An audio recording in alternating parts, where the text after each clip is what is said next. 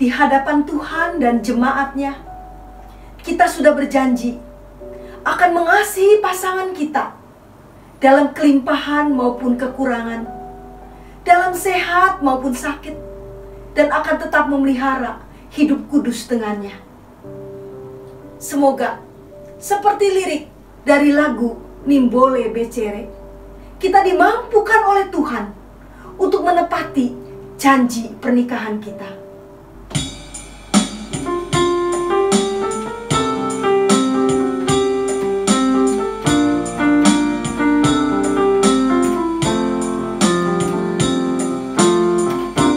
Kita janji pada Tuhan,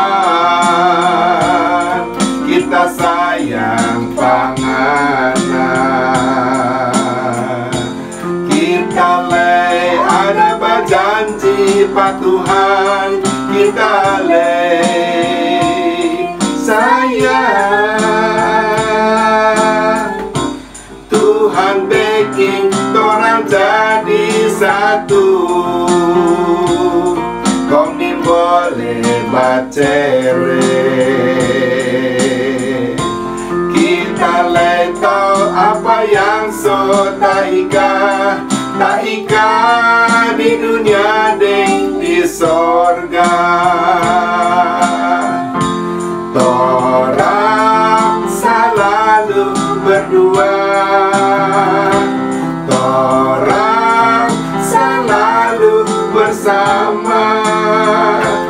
Di dalam susah dan senang, torang selalu tenang.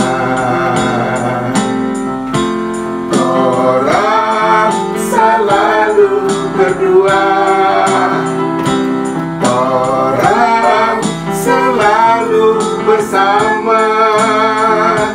Di dalam susah dan senang, torang rasa Tuhan Yesus bersayang.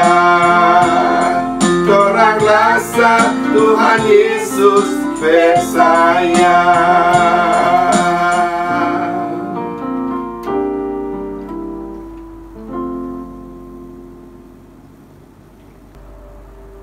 Saudara-saudara, kebanyakan pernikahan pada umumnya diawali dengan jadi sahabat. Mengapa? Alasannya sederhana aja.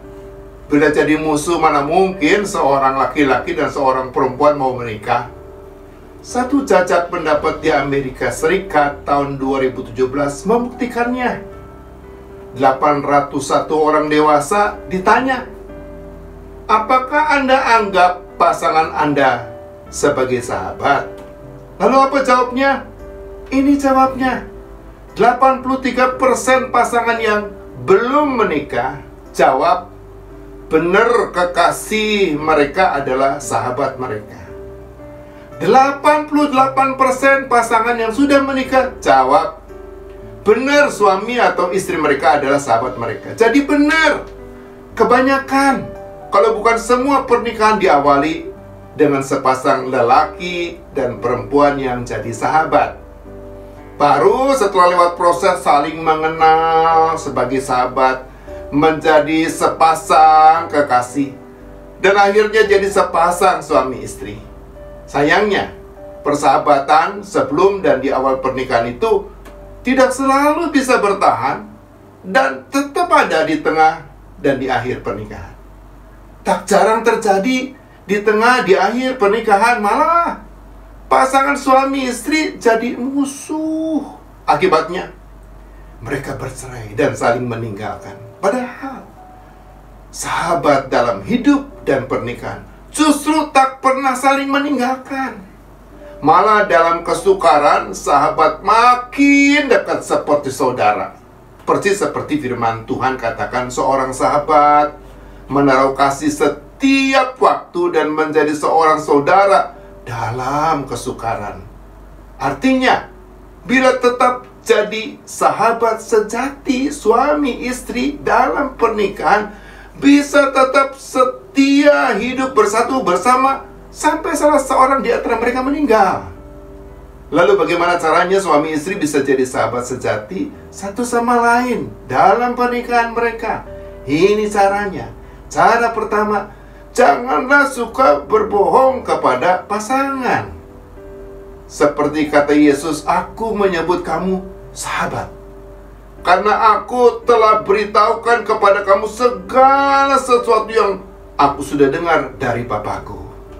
Sebagai sahabat sejati, sebagai sahabat teragung, terbesar, Yesus sepenuhnya jujur, terbuka, tidak mau bohong, dan berbohong kepada para muridnya yang adalah sahabatnya di dunia. Begitu juga dengan suami istri. Mereka harus mau selalu saling terbuka, jujur, tidak berbohong satu sama lain. Suami, jangan suka bohongi istri tentang jumlah penghasilannya setiap bulan. Istri, jangan suka bohongin suami tentang pemakaian uang yang suami percayakan kepadanya. Suami istri harus saling terbuka atas pemberian-pemberian dari orang lain dan kepada orang lain. Sebab saling percaya itu dasar dari persahabatan sejati. Kebohongan justru merusak dasar persahabatan sejati itu. Akibatnya, kebohongan bisa buat suami istri jadi sulit saling percaya lagi, sulit jadi sahabat sejati lagi bagi pasangannya. Cara kedua, janganlah pernah tidak setia kepada pasangan. Seperti kata penulis Amsal, seorang sahabat menaruh kasih setiap waktu. Artinya, seorang sahabat itu setia. Ya, seperti kebohongan, ketidaksetiaan juga merusak persahabatan sejati dan akhirnya merusak pernikahan. Sehari-hari, ketidaksetiaan yang paling merusak persahabatan, paling merusak pernikahan adalah perselingkuhan dengan orang ketiga di luar pernikahan. Satu hasil penelitian di Chicago, Amerika Serikat tahun 1989 membuktikannya. Bila terjadi ketidaksetiaan atau perselingkuhan, 65% pernikahan berakhir dengan perceraian. Tinggal 35% pernikahan bisa dengan susah payah tetap bertahan. Seorang istri pendeta pernah mimpi, dalam mimpinya suaminya yang pendeta selingkuh dengan seorang anggota jemaat wanitanya. Sehabis selingkuh, suaminya dengan penuh penyesalan, dengan cucuran air mata, bahkan bersimpuh berlutut di hadapan istrinya, betul-betul aku salah, minta maaf. Dalam mimpi itu juga istrinya benar-benar merasa kasihan sekali lihat suaminya. Dia betul-betul ingin maafkan suaminya.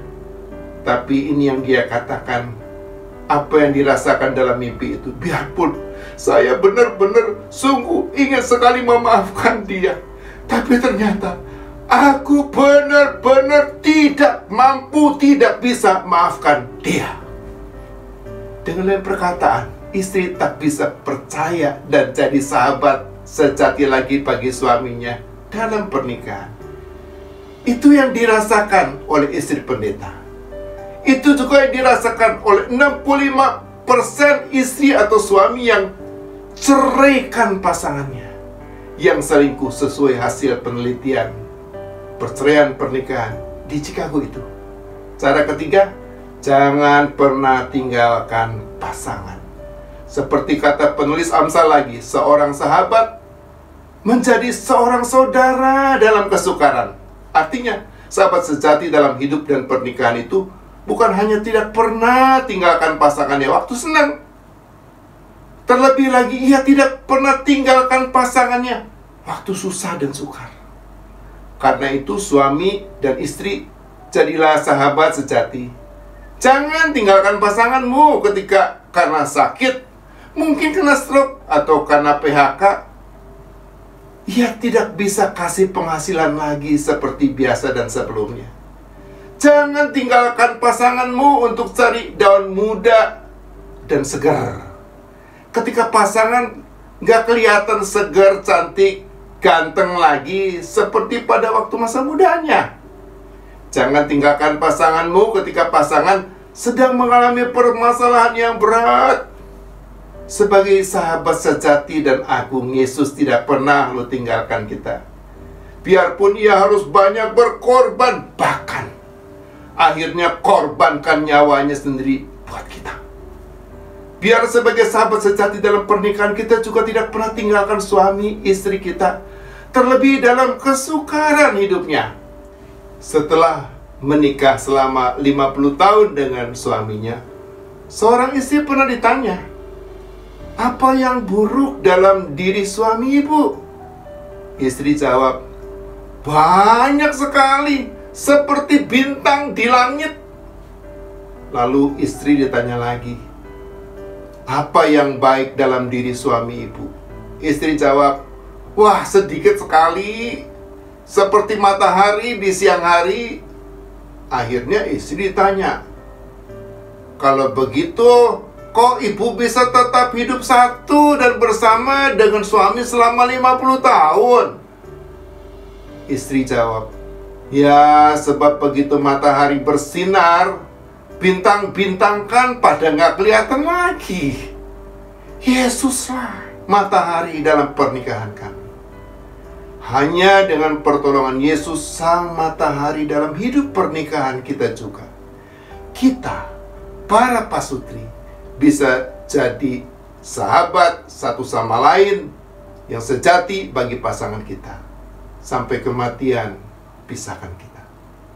Amin. Para pasutri yang dikasihi Tuhan, kita dipanggil untuk menjadi sahabat yang sejati bagi pasangan kita.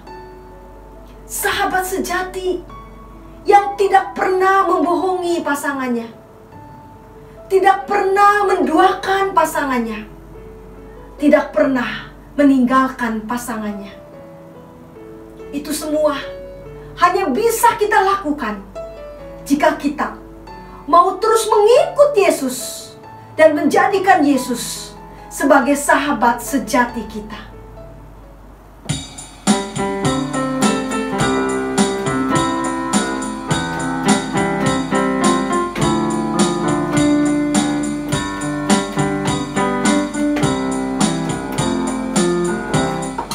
Kumiit si Yesus, aku kumiit si Yesus, takas ka ure-ure,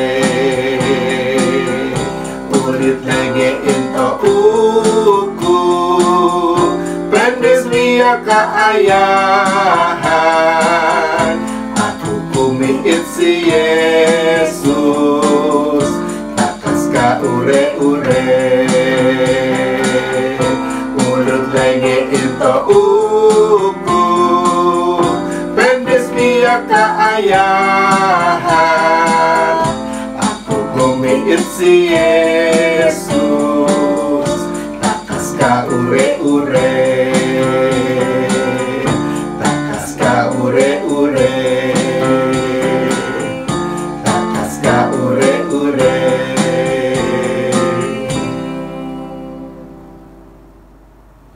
Sampai bertemu lagi dalam acara Kasur Online episode berikutnya. Sampai baku dapa ulang.